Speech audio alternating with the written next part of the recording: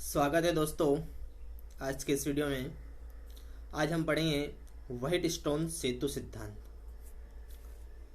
Kirchhoff के नियमों की सहायता से व्हाइट स्टोन सेतु सिद्धांत की स्थापना करेंगे। तो देखिए इसमें क्या क्या आवश्यकता है। तो इस सिद्धांत के अनुसार जो सिद्धांत क्या है ये, इसमें चार प्रतिरोध पी क्यू आर एस को चतुर्भुज की चारों भुजाओं से जोड़ते हैं। चार प्रतिरोध पी क्यू आर एस को चार चतुर्भुज की चार भुजाओं में जोड़ते हैं। अब जोड़ते एक प्रतिरोध को एक भुजा के बीच में जोड़ देंगे, दूसरे प्रतिरोध को दूसरी भुजा में, तीसरे प्रतिरोध को तीसरी भुजा में और चौथे प्रतिरोध को चौथी भुजा में जोड़ देंगे। इसके बाद चतुर्भुज में क्या होते हैं, दो विकर्ण होते हैं। जैसे ए बी सी डी चतुर्भुज होते हैं, ए सी और बी डी विकर्ण होते हैं। ए सी और बी डी क्या होंगे, विकर्ण। तो विकर्ण ए सी के बीच एक सेल और कुंजी K1 लगाएंगे। कुंजी क्या लगाएंगे, K1। दूसरे विकर्ण के बीच एक धारामापी और एक दूसरी कुंजी क्या लगाएंगे, K2 लगाएंगे। ठीक है, तो डायग्राम देखिए, चित्र ध्यान समझना क्या है। इसमें चार प्रतिरोध पी क्यू आर एस है। देखिए ये है पी क्यू आर एस। ये बात याद रखना कि पी यहाँ क्यू यहाँ, तो ऐसा नहीं कि एक क्रम से यहाँ आर आ जाए। आर यहाँ नहीं आएगा, आर कहाँ आएगा, यहाँ। ब्रिज में पी क्यू आर एस, ठीक है, ऐसे ही लिखना। एक और बार बता देता हूँ मैं, गलती हो जाती है अधिकतर। पी यहाँ लिखेंगे, क्यू यहाँ लिखेंगे, आर यहीं पर लिखेंगे और एस यहाँ पर लिखेंगे। तो ये क्या है, ए बी, ए बी, ये सी और ए डी। ए बी के बीच पी है, बी सी के बीच प्रतिरोध क्यू है, सी डी के बीच एस है और ए डी के बीच क्या है, आर है। इसके बाद देखिए कि हमने क्या किया, जो विकर्ण है बी डी सॉरी ए सी, पहले ए सी विकर्ण देख लो। ये ए सी में बाहर की ओर, ए सी में कहा बाहर की ओर एक सेल जोड़ा अपनों ने और एक कुंजी K1 जोड़ी। ठीक है, लिखा हमने। फिर विकर्ण बीडी में अंदर साइड धारामापी जी, धारामापी गैल्वेनोमीटर और एक कुंजी जोड़ दी। ये इस प्रकार से हमने एक परिपथ बनाया। ठीक है, अब इसमें धारा की दिशा भी हमने किरचॉफ के नियम में पढ़ा है कि धारा की दिशा जो है ये इधर है, जा रही है धारा। यहाँ की धारा दो भाग में उड़ गई, इधर I1, इधर क्या आ गई I2। धारा की दिशा ध्यान समझना, ऊपर की ओर A से B में धारा I1, A से D में धारा I2। उसके बाद ये जो धारा I1 है B पर आकर फिर दो भागों में बढ़ जाएगी, एक इधर आ जाएगा भाग और एक इधर जाएगा। तो इधर जो आएगा धारामापी की तरफ, इसको नाम दे देंगे IG। क्या नाम दे दिया, नीचे की ओर जो आ रही धारा उसको क्या नाम दे दिया अपनों ने, IG। अब इधर B से C की तरफ कौन सी धारा जाएगी, तो अपने पास टोटल धारा कितनी, I1 है। I धारा थी, लेकिन इधर जाने वाली धारा कौन सी थी, ऊपर वाली I1 थी। तो यहाँ इधर जो धारा आएगी, ये जो धारा होगी I1 में से IG माइनस कर दो, I1 माइनस IG। तो ये किधर आएगी, C की तरफ। फिर देखिए इधर से जो धारा आ रही है I1 D पर और ऊपर से कौन सी आ रही, IG। दोनों मिलकर कहाँ जाएगी, इधर जाएगी। तो इधर धारा आएगी I2 प्लस IG। ठीक है, वापस ये I2 प्लस IG और I1 माइनस IG यहाँ से मिलकर इधर आएगी, तो वापस क्या हो जाएगी, I। ठीक है, तो ये परिपथ है, हमने इस प्रकार बना रखा है, एक सेतु टाइप बना रखा है। तो इसमें क्या है, सबसे पहले कुंजी K1 को दबाएंगे तो सेल से धारा प्रवाहित होगी, जो सिरे A पर आकर दो भागों में बढ़ जाती है। अभी बताया मैंने, I1 और I2 बढ़ जाएगी। फिर सिरे B पर I1 पुनः सिरे B पर आकर दो भागों में, एक तो IG नीचे आएगी वो IG और एक I1 माइनस IG में बढ़ जाती है। फिर I2 जो धारा I2 थी वो D पर आकर क्या हो जाएगी, I2 और IG, I2 प्लस IG में बदल जाती है। ठीक है, ये तो हमने चित्र के बारे में लिख दिया। व्हाइट स्टोन सेतु सिद्धांत क्या है, इसमें चार प्रतिरोध PQRS को चतुर्भुज ABCD की चार भुजाओं से जोड़ा जाता है। विकर्ण AC के बीच एक सेल और कुंजी K1 जोड़ते हैं। विकर्ण BD के बीच धारामापी और कुंजी K2 जोड़ते हैं। और इसमें संतुलन अवस्था में क्या होता है, पी बटे क्यू। ये बताना भूल गया मैं कि ये जो क्या होता है इसमें संतुलन अवस्था में क्या होता है, पी बटे क्यू बराबर क्या होता है, आर बटे एस। इसको बोलते हैं व्हाइटस्टोन सेतु सिद्धांत। संतुलन अवस्था में पी बटे क्यू बराबर आर बटे एस, यही अपने को सिद्ध करना है। यही क्या है, व्हाइटस्टोन सेतु का सिद्धांत है, इसकी अपने को स्थापना करनी। अब देखिए कैसे स्थापना करेंगे। किरचॉफ का द्वितीय नियम लेंगे। किरचॉफ का द्वितीय नियम बंद परिपथ ए बी डी ए में, देखिए ध्यान समझना, इक्वेशन समझ में आ गए तो पूरा प्रश्न समझ में आ जाएगा। सिर्फ इक्वेशन ही है इसमें, समीकरण जो दो समीकरण बनेंगे, दो समीकरण समझ में आ गया मतलब पूरा प्रश्न समझ में आ गया। और ये दोनों समीकरण समझ में नहीं आए मतलब कुछ भी समझ में नहीं आया। तो ध्यान से समझिएगा, पहले कौन सा बंद परिपथ लेना अपने को, देखिए ए से बी, बी से डी और डी से वापस ए, ये वाला बंद परिपथ लेना अपने को। अब इसमें धारा की दिशा देखनी है अपने को। धारा की दिशा देखिए, ए से बी पे धारा की दिशा भी ए से बी की ओर जा रही है। अभी देखा हमने धारा की दिशा कहाँ जा रही है, ए से बी, हम भी ए से बी ओर जा रहे हैं। तो धारा कौन सी है, I1, और प्रतिरोध क्या है इसके संगत P। I1 के साथ प्रतिरोध क्या है, इन दोनों बीच प्रतिरोध कौन सा जोड़ा था, P। फिर देखिए बी से कहाँ आ रहे, डी पर, बी से डी में धारा भी बी से डी आ रही, इसलिए क्या आएगा प्लस IG। IG और इसके बीच में कोई प्रतिरोध नहीं है, प्रतिरोध की जगह हमने क्यों जोड़ा, धारामापी। तो धारामापी किसका काम करेगा, प्रतिरोध का, जी। उसके बाद देखिए डी से वापस कहाँ जा रहे हैं अपन, ए पर जा रहे, डी से ए पर जाएंगे हम। तो अब इसमें देखिए धारा ए से डी आ रही, जैसे धारा I1 ऊपर गई थी, धारा I2 नीचे आ रही, धारा कहाँ ए से डी आ रही। तो धारा के विपरीत दिशा में चल रहे, हमने किरचॉफ के नियम में पढ़ा था, जब हम धारा के विपरीत दिशा में चलते हैं क्या आता है, माइनस। तो क्या आएगा, माइनस I2 और इसके संगत प्रतिरोध कौन सा, इधर कौन सा था, R। इनका योग क्या होगा, 0। ये पहली समीकरण समझ में आ गई। एक और बार समझ लेते हैं। हम सबसे पहले क्या लिया हमने, बंद परिपथ कौन सा लिया, ए बी डी और वापस कौन सा, ए। तो पहले यहाँ क्या था अपने पास, ए, यहाँ क्या था बी और यहाँ क्या था डी। तो ए से बी पे गए तो धारा कौन सी, I1 और प्रतिरोध P, धारा की दिशा में जा रही है इसलिए प्लस का। फिर बी से डी पर, बी से डी पर धारा IG है और प्रतिरोध क्या है, धारा वहाँ पे लगा रखा उसका प्रतिरोध G है।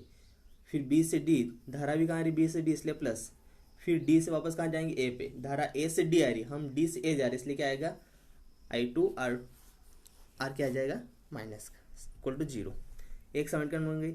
अब देखिए ये समीकरण लिख रखी हमने, I1P प्लस, ठीक है, ये हमने जो समीकरण बनाई अभी, ये समीकरण I1P plus I2G plus I2 minus I2R equal to 0। अब देखिए दूसरी समीकरण कैसे बनेगी, देखिए दूसरी समीकरण लेंगे हम बंद परिपथ बी सी डी बी। देखिए बी सी डी और वापस बी, इसमें देखिए बी से कहाँ जाएंगे, सी पर, बी से सी पर, ये क्या है बी, ये सी और ये क्या है डी। बी से सी पर धारा कौन सी है, I1 माइनस IG। इसके संगत प्रतिरोध कौन सा है, Q। फिर C से कहाँ जाएंगे, D पर, धारा कहाँ जा रही है, D से C पर, इसलिए क्या आएगा माइनस, कौन सी धारा है, C, D से C पर जाने वाली धारा I2 प्लस IG है। इसके संगत प्रतिरोध कौन सा है, S। फिर वापस D से कहाँ जाएंगे, B पे, D से B पे जाएंगे तो इसमें धारा कहाँ आ रही, B से D पे आ रही, कौन सी धारा आ रही, IG। तो माइनस आएगा, माइनस IG और G इक्वल टू 0। ये समीकरण बनेगी इसमें। B से C में धारा कौन सी, I1 माइनस IG, प्रतिरोध Q। फिर C से D में धारा कौन सी, I2 प्लस IG, धारा विपरीत दिशा में जा रही है इसलिए माइनस। फिर D से B में धारा कौन सी, IG और प्रतिरोध G, इसमें धारा विपरीत दिशा में जा रही है इसलिए माइनस। ये दोनों समीकरण बना लिए हमने। अब दोनों समीकरण बनाने के बाद संतुलन अवस्था में IG का मान 0 होता है, संतुलन अवस्था में से, तो ये पूरा संतुलन अवस्था में है तो धारा पे IG से कोई धारा प्रवाहित नहीं होगी। तो दोनों समीकरण में IG का मान 0 रख देंगे, ठीक है। दोनों समीकरण जो हमने समीकरण 1 बनाई है, समीकरण 1 और समीकरण जो 2 बनाई है, इसमें क्या रख देंगे, IG बराबर क्या रख देंगे, 0। IG बराबर 0 रखेंगे। देखो I1P सेम, IgG क्या हो गया 0, ये IgG था तो ये क्या हो गया 0 माइनस I2R लिख दिया सेम। फिर I2R माइनस का दे रहा है प्लस का, I1P is equal to I2R। समीकरण नंबर क्या दे दी इसको 3। इसके बाद देखिए अब किसमें हम समीकरण नंबर 2 में क्या रखेंगे, IG बराबर 0। देखिए यहाँ IG बराबर क्या रख दिया 0, यहाँ IG क्या रख दिया 0, और ये IG पूरा क्या हो गया 0। Q का इंटू I1 करें I1Q, S का इंटू I2 करें माइनस I2S, I2S इधर आएगा तो क्या हो जाएगा प्लस का। समीकरण नंबर क्या दे दी इसको 4। अब देखिए हमारे पास समीकरण 3 बनी है, I1P I2R I1Q I2S। अब समीकरण 3 में समीकरण 4 का भाग देंगे, समीकरण 3 में समीकरण 4 का भाग देंगे। समीकरण 3 क्या है I1P, और समीकरण 4 में LHS क्या है I1Q। समीकरण 3 में RHS में क्या है I2S, सॉरी I2R, और इधर I2S। तो I1 से I1 कैंसिल, I2 से I2 कैंसिल, तो क्या बचेगा P/Q बराबर R/S।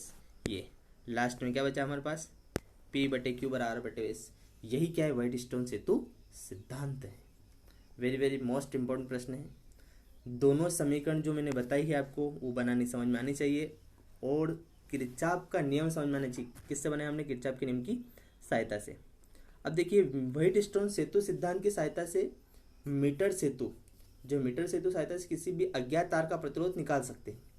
मीटर सेतु एक उपकरण है हमारे द्वारा बनाया गया उपकरण, किसके सिद्धांत पर आधारित है, व्हाइट स्टोन सेतु सिद्धांत पर आधारित है। इसके द्वारा हम किसी भी अज्ञात तार का प्रतिरोध निकाल सकते हैं। यदि कोई आपको अज्ञात प्रतिरोध का तार दे तो उसका आप प्रतिरोध बता सकते हो। तो सबसे पहला प्रश्न है, ऑब्जेक्टिव भी बनता है कि मीटर सेतु किस सिद्धांत पर आधारित है। तो मीटर सेतु व्हाइट स्टोन सेतु सिद्धांत पर आधारित है, क्योंकि इसमें भी 4 प्रतिरोध होते हैं, वो एक ब्रिज की तरह कार्य करते हैं। दूसरा प्रश्न है कि मीटर सेतु को मीटर सेतु क्यों कहते हैं। अब मीटर सेतु, मीटर का मतलब क्या होता है 1 मीटर, तो इसमें जो स्केल लेते हैं मीटर सेतु में वो 100 सेंटीमीटर मतलब 1 मीटर की स्केल लेते हैं, इसलिए इसका नाम रखा मीटर सेतु। हमेशा इसमें जो स्केल लेंगे वो क्या कौन सी लेंगे 1 मीटर की, ठीक है, इसलिए इसका नाम क्या है मीटर सेतु। इसमें 4 प्रतिरोध लेते हैं, इसलिए व्हाइट स्टोन सेतु सिद्धांत पर आधारित है। एक प्रतिरोध यहाँ लगाते हैं, एक प्रतिरोध यहाँ लगाते हैं, एक प्रतिरोध इनके बीच में होता है, एक प्रतिरोध यहाँ होता है। तो ऐसे ब्रिज की तरह 4 प्रतिरोध लगाते हैं, इसलिए इसका बोलते हैं मीटर सेतु। तो देखिए इस डायग्राम में जो मीटर सेतु क्वेश्चन आता है, तो इसमें आता है विद्युत परिपथ बनाइए और सूत्र की स्थापना कीजिए, ठीक है। प्रैक्टिकल भी है इसका, प्रैक्टिकल भी करेंगे। तो प्रैक्टिकल में विद्युत उपकरण जो हैं, सूत्र की स्थापना, प्रेक्षण सारणी, सावधानियां भी पूछते हैं इसमें कभी कभी। तो हम अभी क्या करेंगे विद्युत परिपथ और सूत्र की स्थापना। तो इसमें याद रखना कि एग्जाम में प्रेक्षण सारणी भी पूछ सकते हैं, सावधानियां भी पूछ सकते हैं। तो देखिए क्या है इसमें, सबसे पहले एक तार है, ये 100 सेंटीमीटर, 1 मीटर का, कितने सेंटीमीटर का 100 सेंटीमीटर का। इसमें जो उपकरण है आपने देखा हो या नहीं देखा हो, इसमें पत्तियां लगी होती है उपकरण में। एक पटिए के ऊपर ऐसी पत्तियां होती हैं, एक पत्ती जगह छोड़कर एक पत्ती यहाँ होती है, फिर एक पत्ती इधर लगी होती है, ऐसे पत्तियां लगी होती हैं, और ये बीच में यहाँ इन पत्तियों के बीच में तार लगा रहता है। यहाँ पे स्क्रू रहते हैं, जो स्क्रू में यहाँ पे दोनों स्क्रू को कस के जो प्रतिरोध लगाना होता है अज्ञात प्रतिरोध, उसको इसके बीच लगा देते हैं, इन स्क्रू के बीच। इनके बीच एक प्रतिरोध बॉक्स लगाते हैं। प्रतिरोध बॉक्स का मतलब है कि ज्ञात प्रतिरोध, एक प्रतिरोध बॉक्स होता है, उसमें 10, 20, 30, 2, 5 जितने भी प्रतिरोध लगाना चाहें उस बॉक्स से हम इच्छा अनुसार लगा सकते हैं। तो बॉक्स लगाते हैं, बॉक्स में हमें कोई सा प्रतिरोध लगा सकते, मतलब यहाँ पे लगाएंगे अज्ञात प्रतिरोध और क्यू की जगह क्या लगाएंगे ज्ञात प्रतिरोध। फिर जो तार है इधर नीचे अपना, एक और बात ऊपर जो यहाँ बीच में जो बीच है यहाँ पे, यहाँ से हम एक तार निकालेंगे और तार धारामापी से जोड़ेंगे। धारामापी को बोलते हैं इंग्लिश में गैल्वेनोमीटर। और धारामापी से एक जोकी को जोड़ेंगे। किसको जोड़ेंगे हम? जोकी को। ठीक है, जोकी शब्द तार को चलाने के काम आती है। अब देखिए, ए और सी के बीच में एक सेल जोड़ेंगे और एक कुंजी जोड़ेंगे। ए और सी के बीच में क्या जोड़ेंगे? जिससे धारा प्रवाहित करेंगे इसमें। ठीक है, तो धारा के मार्ग में कितनी रुकावट हो रही है उसके आधार पर हम प्रतिरोध की गणना कर लेंगे। तो ये इस डायग्राम का वर्णन है। सबसे पहली बात तो ये मीटर सेतु का विद्युत परिपथ व्हाइट स्टोन सेतु सिद्धांत पर आधारित है। ठीक है, अब इसमें भी 4 प्रतिरोध होते हैं। देखिए 4 प्रतिरोध। सबसे तार एसी के भाग, तार एसी, देखिए इसमें जो लिखा हुआ है ध्यान समझना। तार एसी, हमारा जो तार एसी है या बीच में बी है, तार एसी के एबी भाग का प्रतिरोध आर है। एबी भाग का प्रतिरोध कितना है? आर। तथा बीसी भाग का प्रतिरोध ए से। बीसी भाग का प्रतिरोध कितना है? ए से। उसके बाद अज्ञात प्रतिरोध पी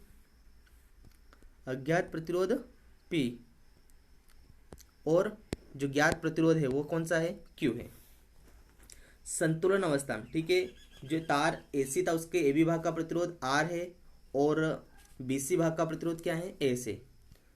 अज्ञात प्रतिरोध पी है, ज्ञात प्रतिरोध क्या है? क्यू है। संतुलन अवस्था में व्हाइट स्टोन सेतु सिद्धांत में अभी निगमित किया हमने कि पी बटे क्यू बराबर क्या होता है? आर बटे एस। अब देखिए, सिरे ए से संतुलन बिंदु की दूरी एल है। अब हमने मान लिया कि यहां से यहां तक की दूरी, कहां से? ए से बी तक, ए से बी तक की दूरी एल है। कितनी है? एल है। तो उसका जो प्रतिरोध होगा वो क्या होगा? L x. कितना होगा? L x. ठीक है, और बाकी जो बची दूरी वो कितनी होगी? 100 माइनस एल। टोटल दूरी 100 है, तो ए बी का मान एल है, तो बाकी बी सी का मान कितना होगा? 100 माइनस एल। ठीक है, ये देखिए यहां से ये बाकी बची टोटल दूरी 100 है, ये एल है, तो ये कितनी होगी? 100 माइनस एल। इसका भी प्रतिरोध किया जाएगा एक्स। और जो एक्स जोड़ रहे, एक्स क्या है? विभव प्रवणता। मतलब जैसे जैसे दूरी बढ़ेगी विभव के मान में कमी आएगी। तो विभव प्रवणता क्या है? विभव के मान में कमी। तो ए बी का मान एल, बी सी का मान 100 माइनस एल, तो आर का मान कितना होगा? L x. ठीक है, एल दूरी और एक्स विभव प्रवणता। इसी प्रकार एस का मान कितना आएगा? 100 माइनस एल और एक्स। ठीक है, तो जहाँ एक्स क्या है? एसी के एकांक लंबाई का प्रतिरोध है। ठीक है, एकांक लंबाई का प्रतिरोध मतलब विभव प्रवणता। जो एकांक लंबाई में कितना प्रतिरोध लगता है, जितनी लंबाई उतना प्रतिरोध लगेगा। जैसे मान लो 2 मीटर लंबाई है, दो तार की लंबाई तो 1 मीटर ही है। मान लो 20 सेंटीमीटर पर जो लंबाई है संतुलन बिंदु एल जो क्या बी है उसकी दूरी 20 सेंटीमीटर है, तो क्या हो जाएगा अपना? आर का मान कितना हो जाएगा? 20x। ठीक है, तो एकांक लंबाई का जो प्रतिरोध कितना क्या है? x है। समीकरण 1 में इन दोनों को मान रख देंगे। जो समीकरण 1 पी बटे क्यू बराबर आर बटे एस था उसमें मान रखेंगे, तो पी बटे क्यू बराबर आर का मान कितना है? L x. और क्यू का मान कितना है? ठीक है, जो हमारे पास था पी बटे क्यू बराबर क्या था? आर बटे एस। तो P बटे क्यू बराबर आर का मान कितना है? एल एक्स है। और ये एस का मान कितना है? 100 माइनस एल और एक्स। X x cancel. फिर देखिए एक्स से कैंसल के बाद जो हमारा P का मान निकालना, P क्या? अज्ञात प्रतिरोध। तो Q को इधर ले आएंगे, Q को इधर लाएंगे तो P बराबर क्या हो जाएगा? L Q upon 100 minus L. तो इस प्रकार इस सूत्र से हम किसी तार का प्रतिरोध निकाल सकते हैं। क्यों? तो क्या है? ज्ञात प्रतिरोध। जो एल दूरी, कितनी दूरी पर हमें संतुलन बिंदु प्राप्त हुआ उसका मान, और 100 में उसको घटा देंगे। ठीक है, एल का मान और क्यू का मान, दोनों मान रखने पर किसका मान आ जाएगा? प्रतिरोध का मान आ जाएगा। तो इस प्रकार मीटर सेतु की सहायता से किसी भी तार का प्रतिरोध ज्ञात कर सकते हैं। ठीक है, तो आज हमने 2 प्रश्न करें, मीटर सेतु और व्हाइट स्टोन सेतु सिद्धांत। इसमें व्हाइट स्टोन सेतु सिद्धांत वेरी वेरी मोस्ट इम्पोर्टेंट प्रश्न है। यदि समझ में नहीं आए तो एक और बार पूछे। समीकरण समझ में आनी चाहिए। व्हाइटस्टोन सेतु सिद्धांत में मेन है समीकरण बनाना। ठीक है, आज के लिए बस इतना ही। वीडियो अच्छा लगा हो तो चैनल को सब्सक्राइब करें, लाइक करें और दोस्तों को शेयर करें। धन्यवाद।